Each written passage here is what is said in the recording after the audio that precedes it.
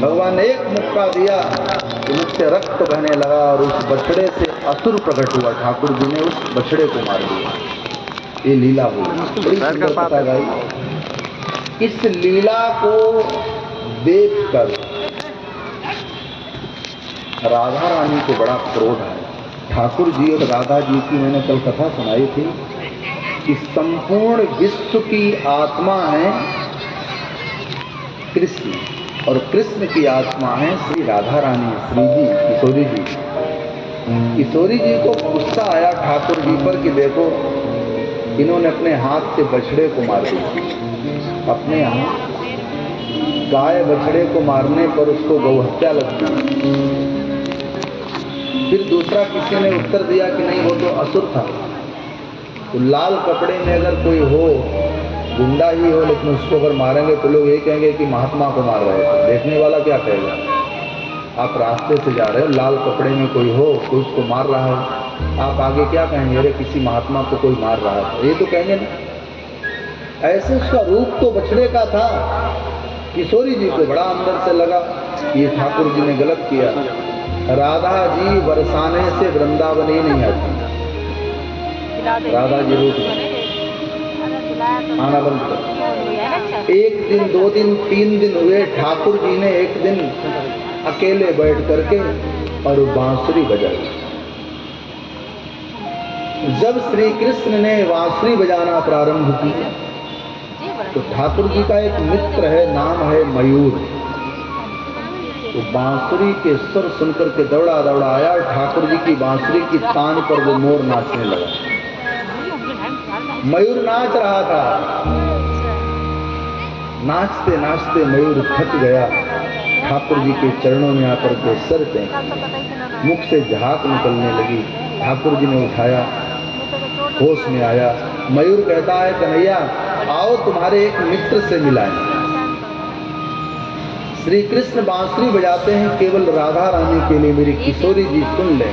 आगे आगे मोर चलने लगा और पीछे पीछे श्याम सुंदर बांसुरी लेकर के आए कि चलो मित्र को मिले। सुंदर सरोवर पर आए। उस सरोवर पर एक युवती जल भर रही है।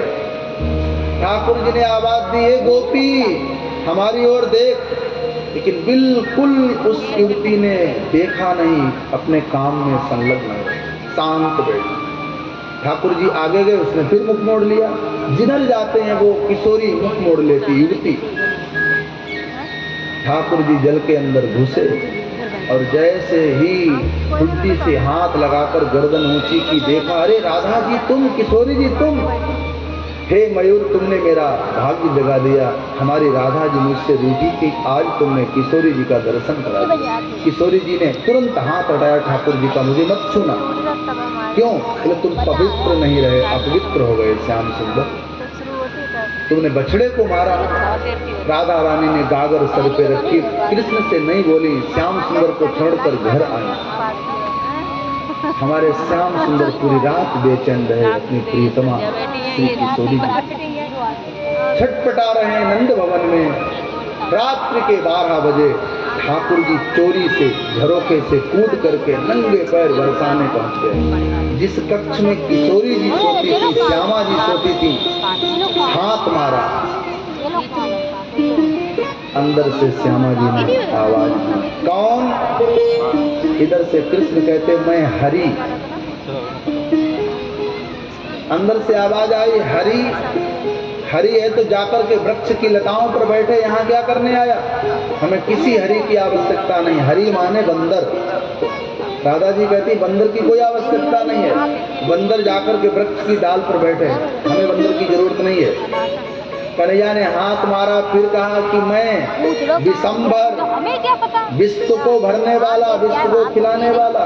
किशोरी जी ने कहा कि हमें किसी हलवाई की जरूरत नहीं है, हमारे यहाँ कोई शादी विवाह नहीं है, जो हमें किसी हलवाई की जरूरत हो लौट जा। कन्हैया ने फिर थपकी मारी, मैं मधुकर। राधा जी ने कहा मधुकर? मधुकर माने भौरा। हाँ हाँ वाह चाहिए। बोले भौरा है तो किसी पुष्प पर जाकर बैठे, यहाँ किसी भौरे की जरूरत नहीं है। ठाकुर जी ने फिर हाथ मारा। आवाज दी। सब लोग करने क्या? अरे किशोरी जी, मुझे नहीं जानती मैं, जगत करता, जगत रक्षा करने वाला। किशोरी जी ने कहा मुझे किसी भी पहरेदार की जरूरत नहीं है, यहाँ कोई चोरी का सामान ही नहीं है जो हमें कोई रक्षा में पहरेदार रखना पड़े, किसी चौकीदार की जरूरत नहीं है। अब तो ठाकुर जी बड़े विचलित हो रहे, किशोरी जी कैसे माने कैसे माने कैसे माने। दो बातें होती हैं, एक होता है मान, एक होता अभिमान।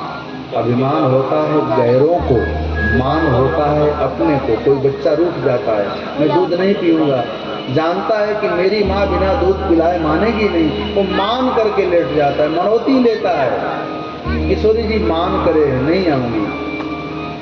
तो श्याम सुंदर ने फिर थपकी मारी और कहा हम तुम्हारे बचपन के मित्र श्याम सुंदर। किशोरी जी छटपटाई, कृष्ण का नाम, श्याम सुंदर का नाम सुनकर के दौड़ी, मेरा कृष्ण रात्रि में आया मुझे मिलने, द्वार खोल दिए, भुजाओं में भरा और कहा कान्हा तुझे बछड़े मारने का पाप लगा, तू जाओ अपने हाथों से बढ़िया सुंदर कुंड बनाओ, नहाओ, फिर तुम शुद्ध हो जाओगे। कन्हैया ने बांसुरी से अपने हाथों से कुंड बनाया, जिस कुंड का नाम कृष्ण कुंड। उसमें जाकर के नहा करके आए। राधा जी ने कहा मुझे भरोसा नहीं है कि तुम नहा करके आए कि नहीं आए।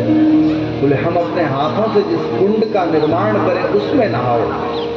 राधा जी ने अपने हाथों से एक कुंड बनाया, जिस कुंड का नाम राधा कुंड। कन्हैया ने जब उसमें स्नान किया तब किशोरी जी ने अपनी भुजाओं में भर लिया, कहा अब तुम बिल्कुल मुक्त हो गए, स्वच्छ हो गए, पावन हो गए। आज भी वृंदावन में राधा कुंड और कृष्ण कुंड, ये दो कुंड हैं। ठाकुर जी फिर नित्य की भांति बछड़े चराने लगे।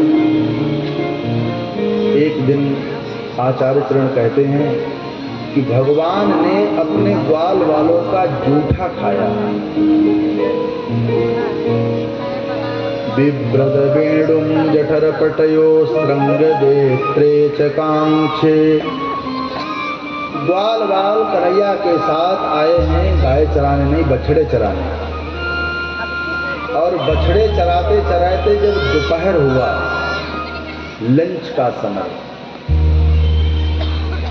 तो समस्त ग्वाल वाल अपने अपने घर से जो लाए थे पूड़ी पराठा माखन वो सब खोल के रखा। ग्वाल वाल एक दूसरे के हाथ से रोटी पराठा मक्खन खींच खींच के खा रहे। कन्हैया क्या करते हैं कि उन ग्वाल वालों के मुख से निकाल निकाल कर जूठा खा रहे। ब्रह्मा जी ने देखा कि भगवान कैसे हैं। भगवान किसी का जूठा नहीं खाते, भगवान का लोग जूठा खाते हैं। एक ऐसी लीला कर रहे हैं कि ग्वाल वालों का जूठा खा रहे हैं, ये भगवान हो ही नहीं सकते। भगवान की भगवत सत्ता पर ब्रह्मा जी को संशय हो गया। कन्हैया ने सोच लिया कि आज कोई न कोई वृंदावन में घटना घटित होगी। ब्रह्मा जी ने श्री कृष्ण के बछड़ों को उठाया और चोरी करके ब्रह्मलोक में डाला। जब ब्रह्मलोक में बछड़ों को चुरा करके डाल दिया,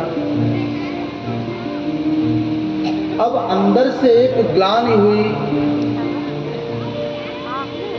कि भाई ग्वाल वालों, तुम सब कबड्डी खेलते रहोगे, आंख मिचौनी खेलते रहोगे, माखन रोटी खाते रहोगे, जाओ सूर्य अस्त हो चुके हैं, रात होने वाली, अपने अपने बछड़ों को हाँक करके लाओ, घर चले। ग्वाल वाल अपने अपने बछड़ों को हाँकने आए तो बछड़े मिले नहीं, क्योंकि बछड़े तो ब्रह्मा जी ने चोरी करके ब्रह्मलोक में डाल दिए। ब्रह्मा जी ने ग्वाल वालों को श्री कृष्ण से अलग देखा तो उठा करके कन्हैया के ग्वाल वालों को भी ब्रह्मलोक में पटक दिया। भगवान से दूर रहने वाले को कोई भी चुरा सकता है, कोई भी हाथ रख सकता है, कोई भी अपहरण कर सकता है। भगवान से दूर रहने वाले, तो भगवान के समीप रहने वाले को कोई हरण करना चाहेगा तो भगवान उसके हाथ काट देंगे, उसके मान को मारेंगे और अपने आप लेकर के आएंगे। प्रमाण में भगवती रुक्मिणी रुक्मिणी का हरण करना चाहता था शिशुपाल, ले गए गोपाल। इसलिए भगवान की शरण में रहो। बाल बांका होता उसका जिसका रक्षक जगत में जाए। भगवान जिसके रक्षक बन जाए उसका बाल बांका नहीं होता। बछड़े भगवान से दूर हुए, ब्रह्मा जी ने चुरा लिए। ग्वाल बाल दूर हुए, ब्रह्मा जी ने चुरा लिए। अब तो भैया रात्रि होने लगी, ठाकुर जी को लगा न बछड़े आए न ग्वाल बाल आए। दौड़े दौड़े गए, देखा न बछड़े हैं न ग्वाल बाल। आंख बंद करके ध्यान दिया तो पता लगा कि ब्रह्मा जी ने हमारे बछड़े हमारे ग्वाल बाल सब चुरा लिए। भगवान को लगा हम घर जाएंगे तो गौ मैया को क्या बताएंगे। गोपियां पूछेंगे कि मेरे ग्वाल बाल कहाँ, तो हम क्या बताएंगे। भगवान असमंजस में हैं कि हम गायों को बछड़े कहाँ से दें, गोपियों को ग्वाल कहाँ से दें। घर जाने का समय है। तो हमारे ठाकुर जी ने अपनी ऐसी लीला की कि जितने बछड़े थे उतने भगवान बछड़े बन गए, जितने ग्वाल बाल थे भगवान उतने ग्वाल बाल बन गए। अनेक रूप रूपाए विष्णवे प्रभु विष्णवे। ठाकुर जी उतने ही रूप में बछड़े बन गए, उतने रूप में ग्वाल बाल बन गए, उतने रूप में लाठी बन गए और उतने रूप में रस्सी बन गए। ग्वाल बाल जो जो कपड़े लाए थे ठाकुर जी वो कपड़े बन गए। और जैसे कपड़े थे नीले कपड़े तो नीले बन गए ठाकुर जी। सब आए हैं घर तो गाय खूंटा तोड़ तोड़ के बछड़ों की ओर भागी। गोपियां अपने घर के काम धंधे को छोड़ छोड़ कर ग्वाल बालों की ओर दौड़ी। बलराम जी ने आकर के कन्हैया से कहा कि भैया आज कुछ बात समझ में नहीं आ रही, कुछ दाल में काला है। कन्हैया ने कहा दाल ही काली है। बोले इससे पहले मैंने कभी गायों को बछड़ों से प्रेम करते नहीं देखा, गोपियों को ग्वालों से प्रेम करते नहीं देखा। आज क्या रहस्य है। कन्हैया ने कहा दाऊ जी आजकल हम ही बछड़े बने हैं और हम ही ग्वाल बाल बने हैं, और जब हम बछड़े बनेंगे तो पूरी दुनिया प्रेम करेगी, क्योंकि हम जगत की आत्मा हैं। ईश्वरः सर्वभूतानां हृदय से अर्जुन तिष्ठति। जगत की आत्मा तो श्याम सुंदर है, जब हम ही बछड़े बन गए तो सब प्रेम करेंगे ही करेंगे। 365 दिन 1 वर्ष तक श्याम सुंदर बछड़े और ग्वाल बन करके वृंदावन में घास खाते। 1 वर्ष बाद जब ब्रह्मा जी की बुद्धि शुद्ध हुई, बुद्धि कभी कभी बिगड़ जाती है और वो अवसर पाकर के फिर शुद्ध होती है। ब्रह्मा जी की बुद्धि जब शुद्ध हुई तो झांक करके देखा तो जैसे बछड़े ग्वाल बाल हमारे ब्रह्मलोक में है वैसे बछड़े ग्वाल बाल वृंदावन में घास खा रहे हैं। तो ब्रह्मा जी ने एक बार अपनी आंखों को साफ किया कि हमारा कहीं भ्रम तो नहीं है ऐसा, क्योंकि ग्वाल बालों को तो हमने चुरा करके रखा है, ये वृंदावन में कहाँ से आए। कभी ब्रह्मा जी ब्रह्मलोक में झांकते हैं, कभी वृंदावन में झांकते हैं। जैसे बछड़े ग्वाल बाल ब्रह्मलोक में वैसे ही वृंदावन में घास खा रहे। तो 4 मुँह वाले ब्रह्मा जी की मति चकरा गई। भगवान की शरण में आए, कहा प्रभु क्षमा कर देना, हमने तुम्हारे बछड़े ग्वाल बाल चुराए, ये बछड़े लो ये ग्वाल बाल। भगवान ने ब्रह्मा जी को क्षमा नहीं किया। ब्रह्मा जी ऐसे ही रूठ कर चले गए, भगवान की 3 परिक्रमा लगाई और चले गए। जबकि भगवान नारायण की परिक्रमा लगाने की विधि यह है कि भगवान राम कृष्ण जिसका मंदिर हो नारायण का, उस मंदिर की 4 परिक्रमा लगानी चाहिए। श्री गणेश जी के मंदिर की 3 परिक्रमा लगाओ, भगवान सूर्य के 7 परिक्रमा और महादेव की आधी परिक्रमा और दुर्गा काली के मंदिर की 1 परिक्रमा लगानी चाहिए। यहाँ ब्रह्मा जी 3 परिक्रमा देकर के भाग गए, क्योंकि ठाकुर जी हमारे क्रोधित थे। ब्रह्मा जी को क्षमा नहीं किया, ग्वाल बाल बछड़ों को लाकर घर में किया। शुकाचार्य जी कहते राजन, एक दिन श्याम सुंदर घर से निकले तो ठाकुर जी के मन में एक भाव जगा कि यमुना के किनारे हम नित्य लीला करते हैं, नित्य लीला करते हैं। यमुना महारानी में 100 फन वाला काली नाग रहता है, इसका कैसे उद्धार करें। भगवान की 8 पटरानियों में यमुना भी पटरानी है। कदम वृक्ष की डाल पर खड़े हुए और उस कदम वृक्ष की डाल से ठाकुर जी ने यमुना जी के काली हद में छलांग लगाई। 100 फन का काली नाग सो रहा था और उस नाग की पत्नियां जाग रही थीं।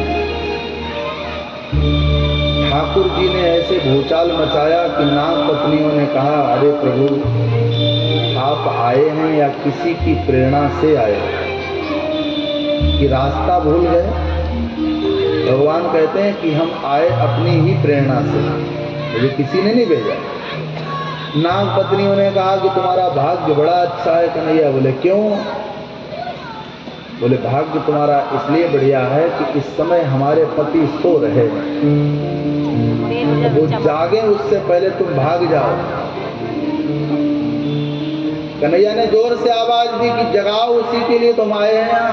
इतनी तेज चीखे कि 100 फन का कालिया नाग सो रहा था और जागा। जाग करके जब श्याम सलोनी सूरत को देखा तो वो कालिया नाग ठाकुर जी के साथ खेलने लगा और खेलते खेलते जब उसका असली रूप प्रकट हुआ तो ठाकुर जी को अपने पास में बांध दिया। सर्प ने इतना बांधा कि ठाकुर जी की नस ढीली पड़ने लगी।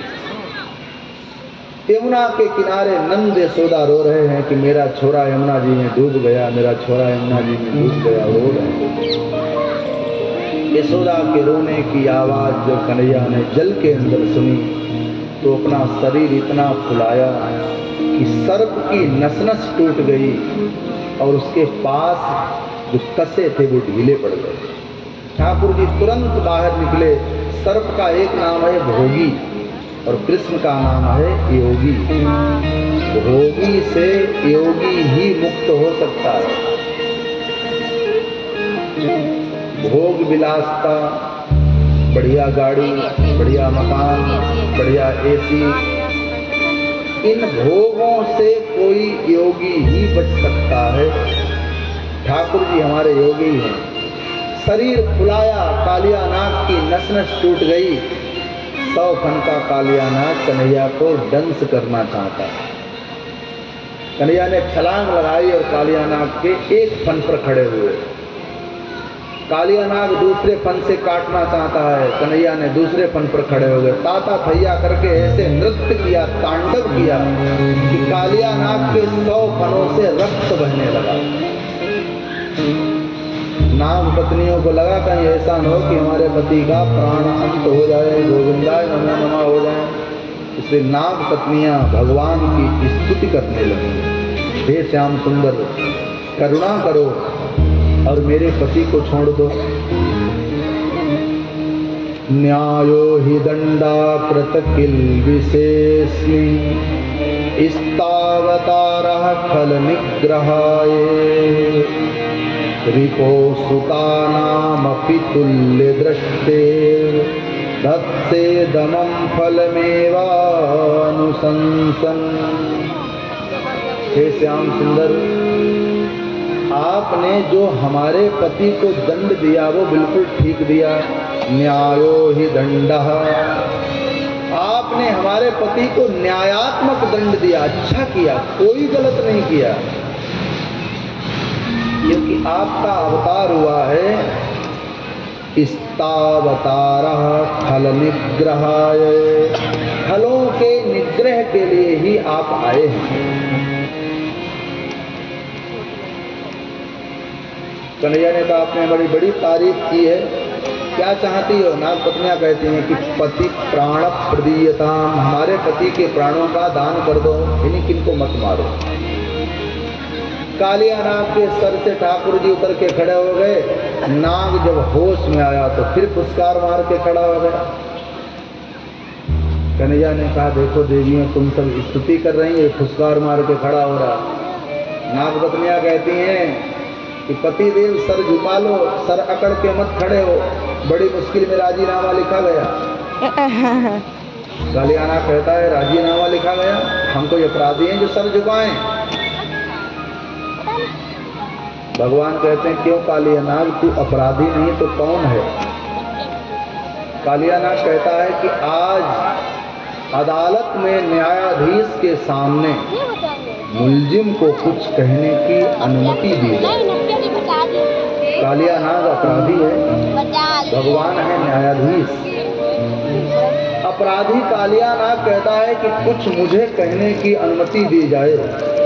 भागवत महापुराण के 18,000 श्लोक 335 अध्याय 12 स्कंद में लोगों ने अपनी प्रशंसा तो की कि मैंने इतना जप किया, इतना तप किया, मैंने ये किया, मैंने ये किया, लोगों ने ऐसा तो कहा।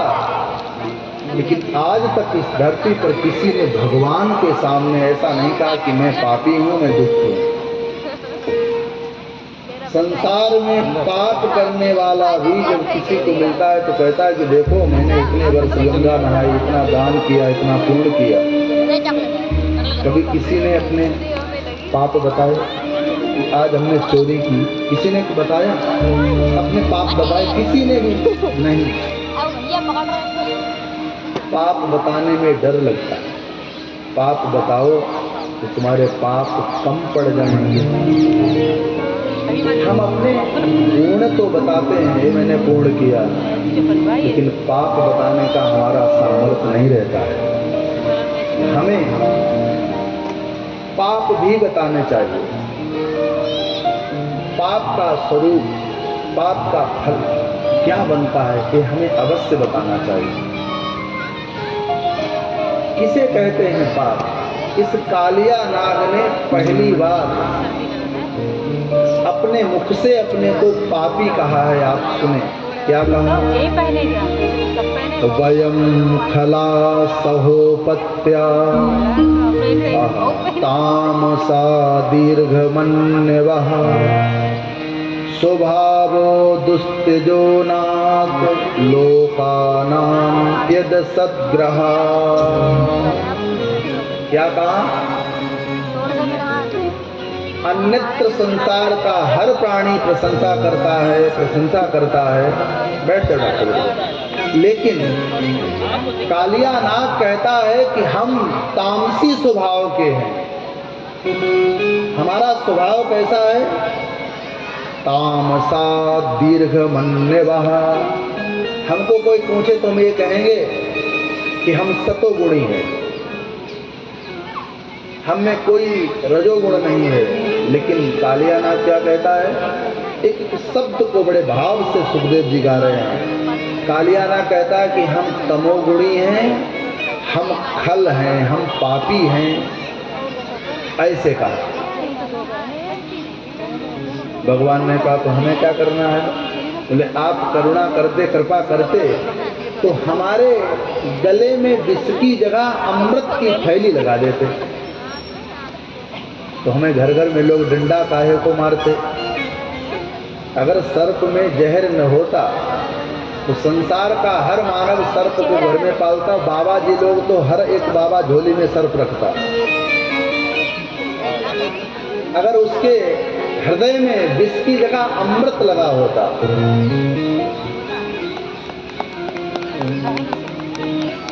लेकिन आपने ऐसी करुणा ही नहीं की, आपने तो विष लगा दिया। अच्छा विचार करो, सर्प में विष की जगह अगर अमृत लगा होता तो हम लोग क्या करते हैं? बाबा जी से कहते 100 रुपये ले लो, कटा दो, हमें भी अमर हो जाए। तो कालियानाग कहता है कि प्रभु आपने हमें विष क्यों दिया? जो दिया वही तो पाओगे। जैसे एग्जाम्पल के रूप में व्यासपीठ पर फूल चढ़ाओगे तो प्रसाद में फूल ही मिलेगा। भंडारी को कुछ दो मत, उससे कहो जाओ जाकर के सुंदर बढ़िया हमारे लिए अच्छे से मालपुआ बनाओ। तो मालपुआ कहाँ से बनाएगा? मालपुआ तभी बनेगा जब दूध होगा, दही होगा, आटा हो, सब हो। दो कुछ मत, दूध मत दो, चीनी मत दो, भंडारी से आज दाल बढ़िया सुंदर से मालपुआ बनाओ, कैसे बना देगा? बस ऐसे ही हम भगवान को जो देते हैं वही हमें मिलता है। ये यथा मां प्रपद्यन्ते तासस्तथै भजाम्यहम्। जैसा हम देंगे वैसा ही मिलेगा। किसी को बढ़िया भोजन कराओगे, बढ़िया दाल की कचौड़ी खिलाओ, आलू भरी कचौड़ी खिलाओ, तो भैया फिर खूब जैसा खिलाओगे वैसे मिलेगा। बढ़िया रसमलाई खिलाओ तो रसमलाई मिलेगा। ये यथा मां प्रपद्यन्ते तासस्तथै भजाम्यहम्। कालियाना कहता जैसा आपने दिया वैसा मैंने आपको दिया। कृष्ण कहते अब तुम जाओ अपने घर। सर्पों का घर कहाँ है? नागालयम रमणकम कस्मात् त्यज्य कालियः। नागालय में रमणक द्वीप नाम के स्थान पर सर्पों की प्रजातियां रहती हैं। नागालैंड जाएं, रमणक द्वीप नाम के सुंदर स्थान पर विश्व की समस्त सर्पों की प्रजातियां निवास करती। तुम्हारा घर असली वहां आ जाओ। कालियाना कहता है कि जाएं तो सही, परंतु गरुड़ का डर लगता है। गरुड़ बार बार आकर मुझे मारते थे प्रभु, इसलिए हम यमुना जी में आकर के छिप गए। जाएं तो सही, लेकिन मुझे गरुड़ का भय सता रहा है, इसलिए मैं नहीं जा रहा। भगवान ने बड़ी सुंदर बात कही कि हमने तुम्हारे सर पर अपना पाद चिन्ह लगा दिया। इस पाद चिन्ह को देख करके गरुड़ तुम्हारे पास नहीं आएंगे। और पूरे जगत को कहा कि जो हमारा चिन्ह धारण करेगा उसके पास भी भगवान वैकुंठ के वासी के अतिरिक्त कोई और दूसरा आ ही नहीं सकता। जो भगवान के चिन्ह धारण करता है उसके पास यमराज भी नहीं आते। हमने तुम्हारे सर पर अपना पाद चिन्ह दे दिया, अब जाओ। भगवान का चिन्ह क्या है जानते आप लोग? गले में माला, ललाट पर चंदन बंदन तिलक। गले में माला हो, चंदन बंदन हो तो पता लग जाता है कि ये भगवान का है। कुत्ते कितने प्रकार के होते हैं? 2 प्रकार के, एक पालतू एक फालतू। पालतू वाले की पहचान क्या होती है? बोले कुत्ते के गले में पट्टा पड़ा हो, जान लो वो पालतू वाला है। और पालतू कुत्ते को हर कोई मारता नहीं है। फालतू कुत्ते के हर कोई जहां देखो डंडा चटका देता। तो गले में माला है, तिलक है भगवान का, भक्त वो साबित हो गया, इसके पट्टा पड़ा है, पालतू है, फालतू वाला नहीं है। तो उसको वैकुंठ के रहने वाले, वैकुंठ के सेवक ले जाते। जाओ, मैंने पद चिन्ह रख दिया। कालियाना पत्नी बच्चों के साथ रमणक द्वीप आए। राजा परीक्षित ने प्रश्न किया कि गुरुदेव ये कालियानाग रमणक द्वीप से वृंदावन में यमुना जी में आकर के क्यों छिपा? शुकाचार्य जी कहते हैं कि वहां पर उसे गरुड़ का डर था। रमणक द्वीप नागालय में। परीक्षित ने पूछा कि इस यमुना जी में उसको डर नहीं लग रहा था? तो डर तो यहाँ भी लग रहा था, लेकिन काली हद में एक बात थी। क्या? बोले महात्मा सौभर ऋषि तप कर रहे थे यमुना के किनारे वृंदावन में। तो तप करते करते महात्मा सौभर ऋषि को यमुना जी में तैरने वाली, खेलने वाली मछलियों से लगाव हो गया था। बड़ी मछली सुंदर लगती थी, जल में तैरती थी, क्रीड़ा करती थी। जल क्रीड़ा देखकर मछलियों की सौभर ऋषि बड़े प्रसन्न रहते थे। गरुड़ जी आकर के उन मछलियों को खाते थे। 1 दिन, 2 दिन, 3 दिन ऐसा हुआ। जब महात्मा जी के सर से पानी बहने लगा तो महात्मा सौभर ऋषि ने श्राप दिया कि ये गरुड़, आज के बाद तुम अगर मछली खाने आओगे तो यहीं पर तुम्हारे प्राण चले जाएंगे। मैं श्राप देता हूं कि तुम मर जाओगे। गरुड़ श्रापित हैं कि काली हद जाएंगे, वहां पर हमारे प्राण छूट जाएंगे। ये बात काली नाथ को मालूम थी। तो परिवार को लेकर यमुना जी में आकर के छिप गया, यहाँ प्राण बचा। काली मर्दन की कथा कही। परमहंसाचार्य भगवान सुखदेव जी ब्रज की ब्रजांगनाओं की तपस्या की कथा सुनाते हैं। वृंदावन में छोटी छोटी ब्रज की कुमारी कन्याएं जिनकी आयु है 7 से 9 वर्ष, उन कुमारी कन्याओं ने मां कात्यायनी की पूजा की हेमंत ऋतु में। यमुना जी से सुंदर बालू निकालती हैं, माता जी की सुंदर प्रतिमा बनाती हैं, रोली अक्षत धूप दीप से पूजन करके और फिर एक प्रार्थना करती हैं। क्या प्रार्थना करती हैं? कात्यायनी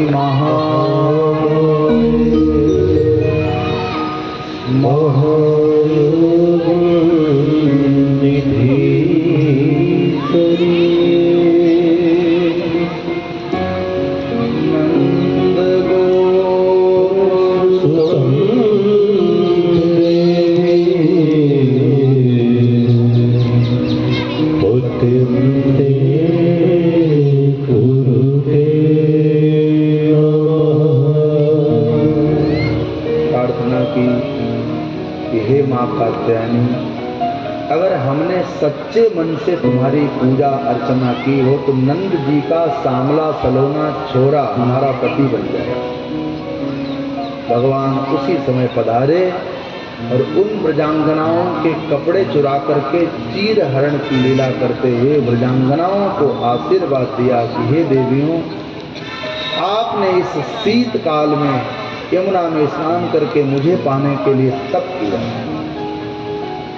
हमारा आशीर्वाद है कि जब शरद पूर्णिमा की रात आएगी तो 365 रात एक रात के रूप में प्रकट हो जाएंगी। इतनी बड़ी वो रात होगी, यानी कि 1 वर्ष की रात्रि के बराबर वह रात्रि होगी जिस रात्रि में हम तुम्हारे साथ महाराज करेंगे।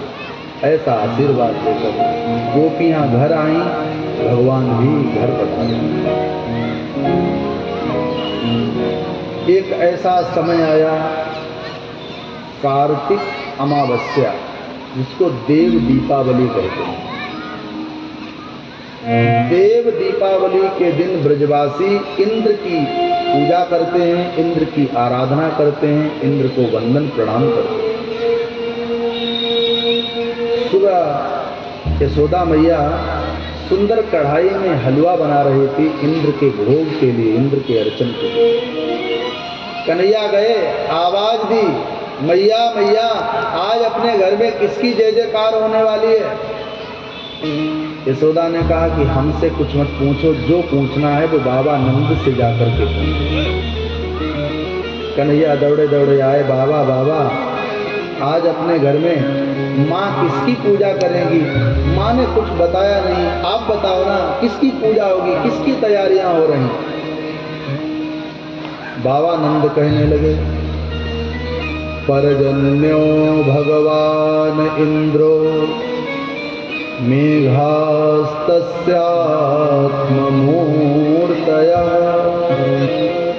ते विवर्षन्ति भूतानां प्रीणनं जीवनं पया। आज के दिन हम समस्त ब्रजवासी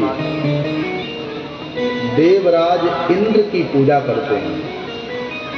कन्हैया ने कहा बाबा कितने वर्षों से पूजा कर रहे हैं? बाबा नंद कहते हैं कि वर्षों बीत गए, बूढ़े पड़ गए।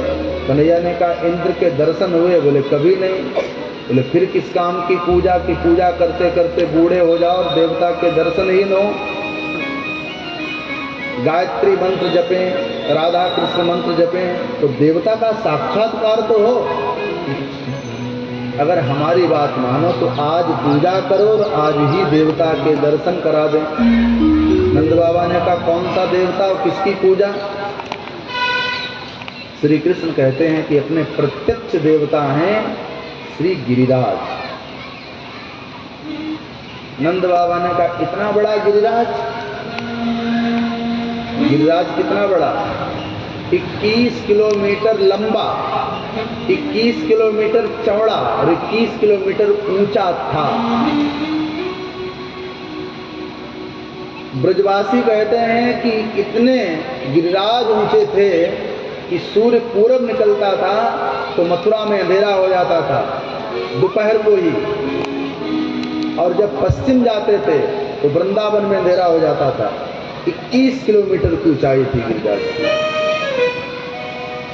और तिल तिल एक महात्मा के श्राप से, मुझे महात्मा का नाम याद नहीं आ रहा, उनके श्राप से गिरिराज तिल तिल घट रहे हैं।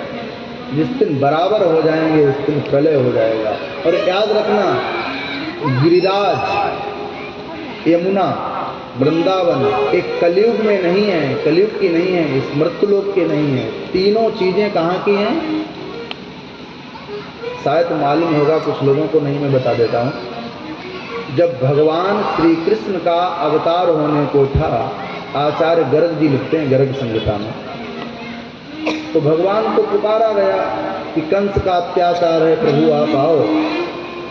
भगवान ने किशोरी जी से कहा कि राधे आप भी चलो। दादाजी ने कहा नहीं। क्यों? बोले हमारे खिलौने ही छूट जाएंगे। खिलौने कौन से? बोले राधा जी ने अपने हाथों से वृंदावन, यमुना महारानी, गिरिराज को वैकुंठ में बनाया था। भगवान ने कहा तो खिलौने लेते चलेंगे। राधा जी ने कहा फिर हम भी चल देंगे। कोई छोटा बच्चा कहता ना कि हम चलेंगे वहाँ, तो माता पिता गाड़ी में खिलौने रख लेते हैं, दूध की बोतल रख लेते हैं, जो जो उसकी आवश्यकताएं होती। तो वैकुंठ के गिरिराज, वैकुंठ की यमुना महारानी, वैकुंठ का वृंदावन है, किसी ने बनाया नहीं, ये राधा रानी के हाथों से निर्मित है। भगवान आए हैं तो वैकुंठ से गिरिराज, यमुना, वृंदावन को लाकर के स्थापित किया, तब राधा रानी भी आई। आज गिरिराज की पूजा की बात नंद बाबा से श्री कृष्ण ने कही। खाना खा रहा हो? बालक की बात मानकर समस्त ब्रजवासी गिरिराज पधारे, पूजन अर्चन किया। जब देवता को जल चढ़ाने की बात आई कि देवता को जल पिलाया जाए, तो भगवान श्रीहरि ने नेत्र बंद करके ध्यान से गंगा का स्मरण किया और गिरिराज के सामने मानसी गंगा की अविरल धारा प्रकट हो गई। बोल मानसी गंगा की, मानसी गंगा की धारा प्रकट हो गई। ब्रजवासी भर भर के मटका मटकी जल चढ़ाने लगे। ब्रजवासियों ने गिरिराज की पूजा की। जब सूर्य अस्त होने लगा, इंद्र ने एक सेवक को कहा भैया देख के आओ, ब्रजवासी आजकल हमारी पूजा नहीं की, प्रतिवर्ष पूजा करते हैं, आज क्यों नहीं पूजा की? एक सेवक इंद्र का दौड़ करके आया और वृंदावन में गिरिराज को देखा, गिरिराज की पूजा देखी और जाकर के इंद्र से कहा महाराज क्षमा करना, तुम्हारा पत्ता साफ। क्यों? बोले आज तो कन्हैया के कहने पर समस्त ब्रजवासी गिरिराज की पूजा कर रहे हैं, तुम्हारी पूजा बंद। और जिसकी रोज पूजा हो, जिसका रोज सम्मान किया जाए, और एक दिन तुम भूल कर अपमान कर दो, फिर उसका असली रूप देख लो। ये प्रकृति प्रदत्त लक्षण है। इंद्र वर्षों से पूजा ले रहा था, लेकिन आज पूजा क्यों नहीं? उतावला हो गया, उग्र हो गया। सांवर्तक नाम के मेघमंडलों को आदेश दिया, जाओ वृंदावन के ऊपर ऐसी जलवृष्टि करो कि वृंदावन बह जाए, डूब जाए। सांवर्तक मेघमंडल इंद्र का आदेश स्वीकार करके ब्रज के ऊपर मूसलाधार जल बरसाते हैं, ओले बरसाए। ठाकुर जी ने गिरिराज को छाता बना लिया। 7 दिन तक इंद्र पानी बरसाते रहे। 7वें दिन इंद्र ने झांक कर देखा तो वृंदावन में धूल उड़ रही। इंद्र को लगा हमने तो इतना पानी बरसाया, पानी कहाँ गया? कन्हैया ने 21 किलोमीटर के गिरिराज को छाता बनाकर ब्रजवासियों के प्राण बचाए। 7वें दिन इंद्र थक गए, हार गए, जल बरसाना बंद कर दिया। कन्हैया ने समस्त ब्रजवासियों को गिरिराज के बाहर निकाला और वृंदावन की भूमि पर पुनः गिरिराज की स्थापना की। गिरिराज का एक दूसरा नाम है गोवर्धन। गोवर्धन का हिंदी अनुवाद ब्रजवासियों का गोबर ही धन है। गोबर ही धन। गोबर की महिमा बढ़ाने के लिए ठाकुर जी ने, श्री कृष्ण ने गिरिराज की लीला की। गिरिराज का यजन पूजन हुआ और गिरिराज की कथा श्रवण करने से, कथा गाने से, जीवन से अमंगल दूर होते हैं और जीवन मंगलमय हो जाता है। प्रेम से कहें गिरिराज धरण भगवान की जय। आज कथा का पंचम दिवस गिरिराज धरण के साथ यहाँ विराम लेता है। आज की कथा के यजमान के रूप में हमारे जिन्होंने संकल्प लिया, कल्पना गुप्ता और बबीता गुप्ता, और आज हमारे इस कथा के मध्य में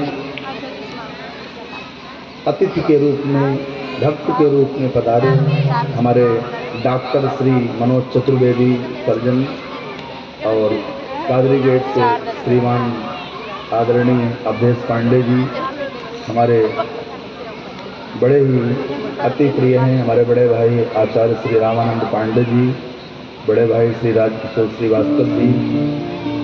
इन लोगों का प्रेम देखो, यहाँ जितने भी कादरी गेट से आए हैं, पंडाबाग से आए, इन लोगों का अपार प्रेम, अगाध श्रद्धा, इनका स्नेह। मैं जब कभी कथा करने आता हूँ तो ये श्रोता इतने बिल्कुल मेरे बंधे हुए, जिसको मैं कह सकता हूँ कि सब मेरे हैं, बड़े आदर से आते हैं, सुनते हैं। कथा केवल 2 दिन शेष है।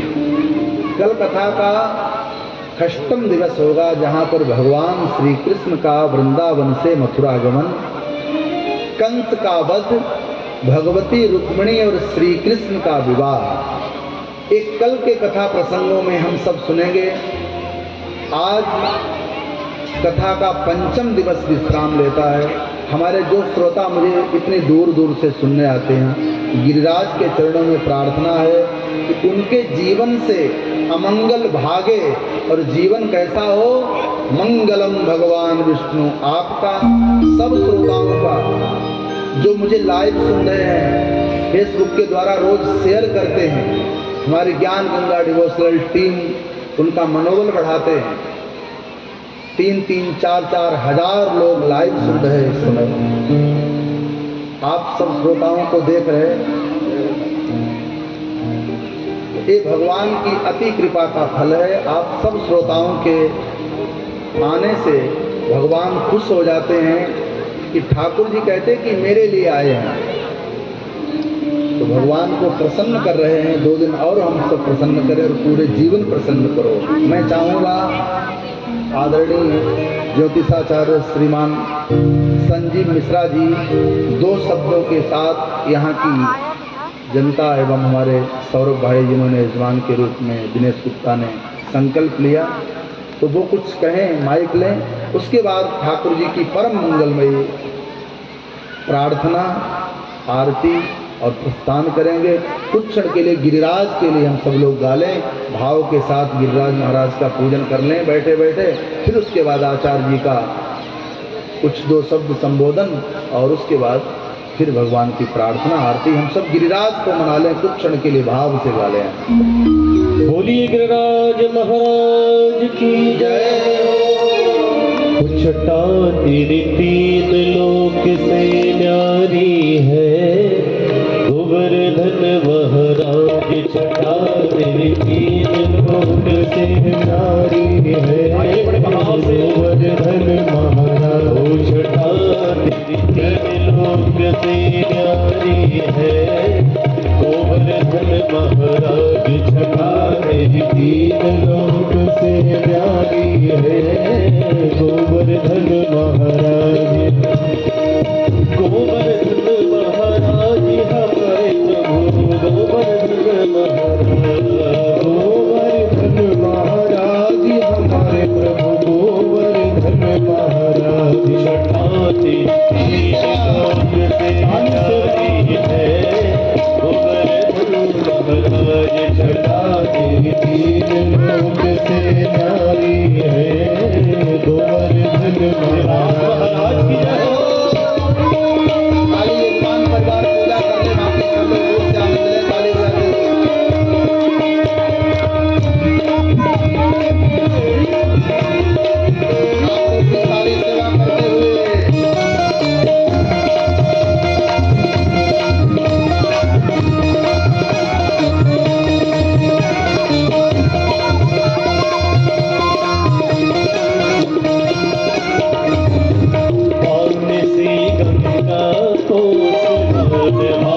से गंगा को स्नान, धरो फिर चकनेश्वर को ध्यान, धरो फिर चकनेश्वर को ध्यान, दान घाटी में दही को दान, दान घाटी में दही को दान, करो परिक्रमा जय हो गिरिराज भगवान की, गोवर्धन महाराज करा कर तीन लोक से न्यारी है, गोवर्धन महाराज छटा तेरी तीन लोक से न्यारी है, गोवर्धन महाराज छटा तेरी तीन लोक से न्यारी है, गोवर्धन महाराज।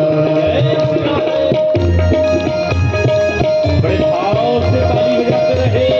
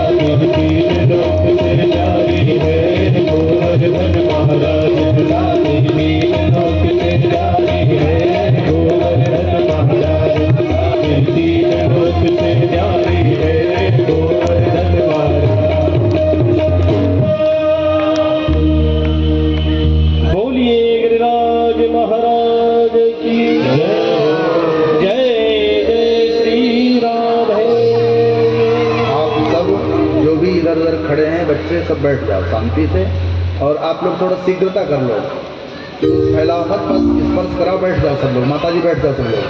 अब हम कहेंगे अपने आचार्य श्री संजीव जी से कि वो थोड़े समय में कुछ कहते हुए और भगवान की फिर हम श्री प्रार्थना करें। श्री राधे। ध्येयं सदा परिभवग्नमभीष्टदोहं तीर्थास्पदं शिवविरञ्चिनुतं भक्ता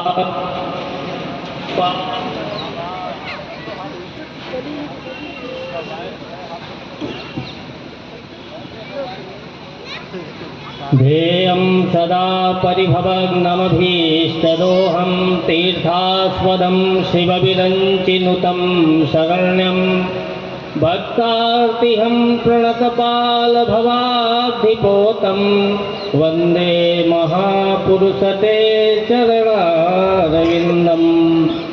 नंदनंदन आनंद कंद भगवान श्री कृष्ण के वाङ्मयी स्वरूप श्रीमद् भागवत जी के चरण कमलों में साष्टांग नमन।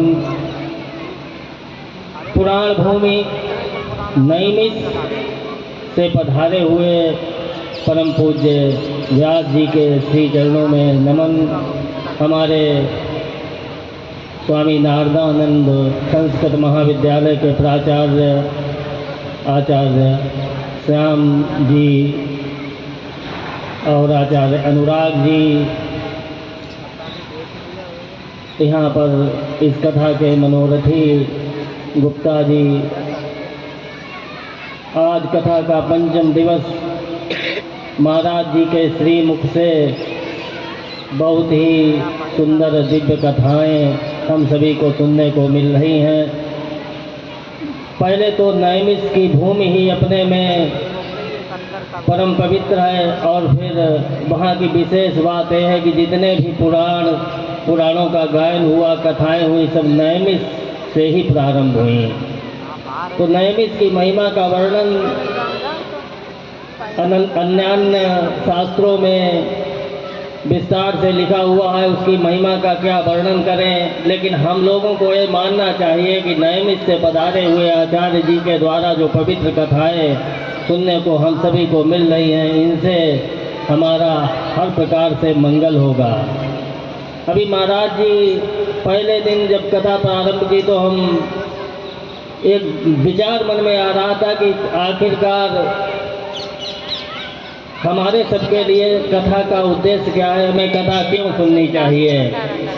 श्रीमद् भागवत के महात्म्य के प्रथम अध्याय के 11वें और 12वें श्लोक में दिया है कि काल ब्याल मुखग्रास त्रास निर्नाश हेतवे।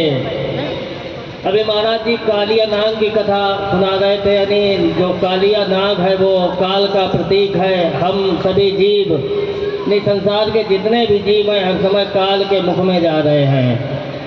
इस संसार की प्रकृति ऐसी है कि जीव निरंतर काल के मुख में समा रहा है। और वही भागवतकार व्यास जी ने लिखा कि संसार के सभी प्राणी निरंतर काल के मुख में जा रहे हैं, तो उनके जाना तो सबको है, लेकिन उसके लिए उपचार क्या है। तो आगे लिखा व्यास जी ने कि श्रीमद् भागवतम शास्त्रम कलौ कीनेन भाषितम, कि श्रीमद् भागवत की कथा सुनने से, श्रीमद् भागवत कथा का अवगाहन करने से वो कालिया रूपी नाग हमको पीड़ित नहीं करेगा। नहीं डसेगा, मृत्यु तो होगी, लेकिन उस सांसारिक जो जीवन है उसमें हमें पीड़ा नहीं होगी। हम बहुत आसानी से अपने कष्टों का निवारण श्रीमद् भागवत कथा, पुण्यमयी कथा के माध्यम से करते रहेंगे। अभी महाराज जी ने जब आज की कथा प्रारंभ की तो एक बहुत ही सुंदर श्लोक भागवत जी का महाराज जी ने सुनाया, और उसे तुरंत हमने लिखा, हमने कहा इस पर कुछ अकामः सर्व कामो वा। ये संभवतः भागवत जी के द्वितीय स्कंद का के 3रे अध्याय का श्लोक है। अकामः सर्व कामो वा मोक्ष कामः उदारधि तीव्रेण भक्ति योगेन यजेत पुरुषम परम। यानी भागवत कथा क्यों सुननी चाहिए? कैसे सुननी चाहिए? अकामः यानी निष्काम भाव से, निष्काम मन से, कोई इच्छा नहीं। और फिर आगे लिखा सर्व कामों बा। एक तरफ तो भागवत जी में लिखा कि निष्काम भाव से, फिर कहा कि नहीं, यदि मन को निष्काम न कर सको तो कामनाओं की पूर्ति के लिए श्रीमद् भागवत कथा का अवगाहन करो। मोक्ष कामः उदारधि, और बुद्धिमान पुरुष को मोक्ष की कामना के लिए श्रीमद् भागवत कथा का अवगाहन करना चाहिए। तीव्र भक्ति योग के द्वारा परमात्मा की आराधना करनी चाहिए। इससे जीवन और मृत्यु का भय सदा सदा के लिए दूर हो जाता है। तो ये श्रीमद् भागवत कथा जो महाराज जी के द्वारा हम सभी को मूल कथा सुनने को मिल रही है, यहाँ कोई अलग से पुराणों का तो आश्रय महाराज जी लेते हैं, लेकिन कथा में किसी भी प्रकार का आजकल जैसा होता है कि अब खैर उस पर नहीं कुछ कहेंगे। मुख्य जो मूल कथा है वही हम आपको सभी को सुनने को मिल रही है। इसके लिए महाराज जी का पुनः हम फर्रुखाबाद नगर में स्वागत करते हैं। महाराज जी के श्री चरणों में दंडवत प्रणाम करते हैं। और हम सभी ऐसे ही महाराज जी की लगातार कथाएं सुनने को मिलती रही। अभी जून के महीने में महाराज जी के द्वारा पांडवेश्वरनाथ शिवालय में कथा हुई थी, और आगे ऐसी योजना है। उस दिन कादरी गेट के कुछ भक्तगण आए थे कि जून के ही महीने में श्री राम कथा की योजना बन रही है। महाराज जी राम कथा के भी विशुद्ध वक्ता है, तो आगे हम सभी को राम कथा सुनने को मिलेगी। और पुनः इस कथा के जो मनोरथी हैं और जो भक्तगण हैं सभी को इस व्यासपीठ से हमारी शुभकामनाएं। सभी का मंगल हो, कल्याण हो। धन्यवाद।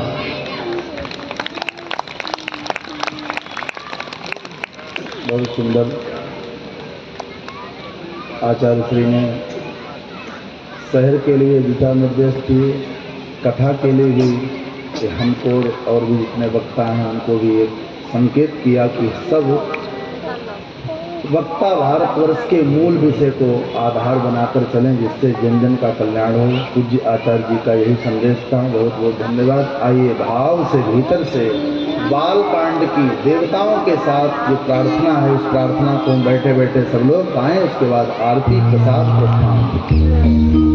राजा राम राम राम राजा राम राम राम राजा राम राम राम राजा राम राम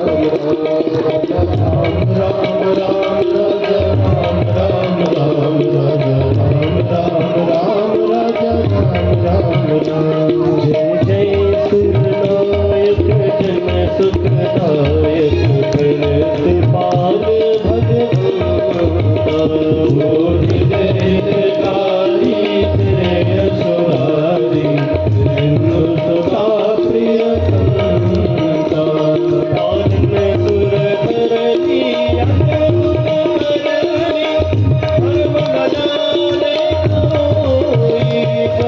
सहज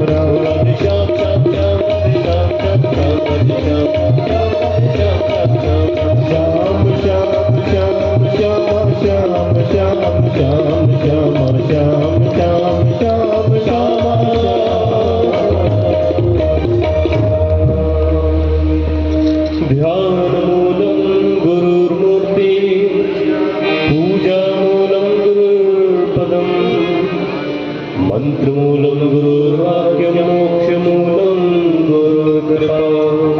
सर्वे भवन्तु सुखिनः, सर्वे सन्तु निरामयाः, सर्वे भद्राणि पश्यन्तु मा कश्चित् दुःखभाग्।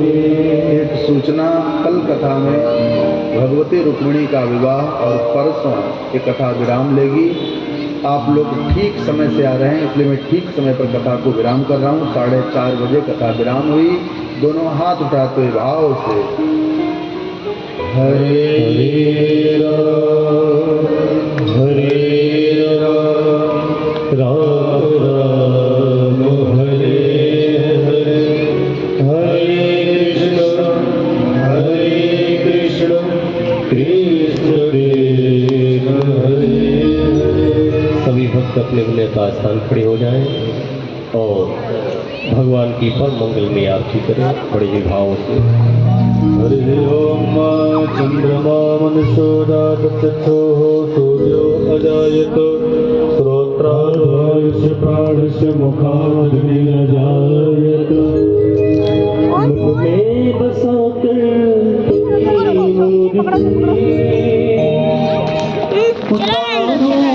भगवान तेरी आरती, मन में बसा कर तेरी मूर्ति, तारों में गिरधर तेरी आरती, मन में बसा कर तेरी मूर्ति, तारों में गिरधर तेरी आरती, तेरी आरती हाँ तेरी आरती, तेरी आरती हाँ तेरी आरती, तेरी आरती प्रभु तेरी आरती, मन में बसा कर तेरी मूर्ति, तारूं में भगवान तेरी आरती। करुणा करो कष्ट हरो ज्ञान दो भगवान, भव में फंसी नाव मेरी तार दो भगवान। करुणा करो कष्ट हरो ज्ञान दो भगवान, भव में मेरी नाव फंसी तार दो भगवान। दर्द की दवा तुम्हारे पास है, दर्द की दवा तुम्हारे पास है, जिंदगी दया की है भीख मांगती, मुख में बसा कर तेरी मूर्ति,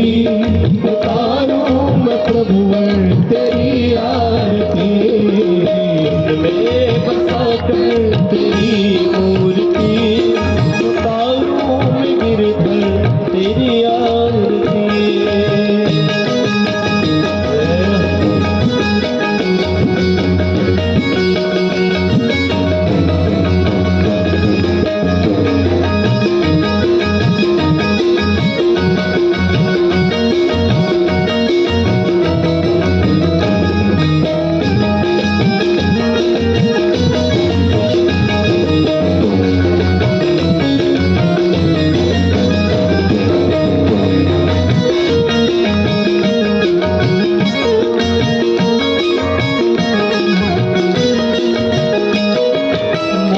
तुझसे क्या मैं यही सोचूं भगवान, जिंदगी जब तेरे नाम कर दी अर्पण। मांग तुझसे क्या मैं यही सोचूं भगवान, जिंदगी जब तेरे नाम कर दी अर्पण।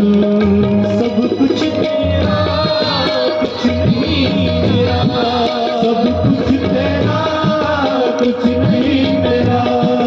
चिंता है जब तुझको संसार की, मन में बसा कर तेरी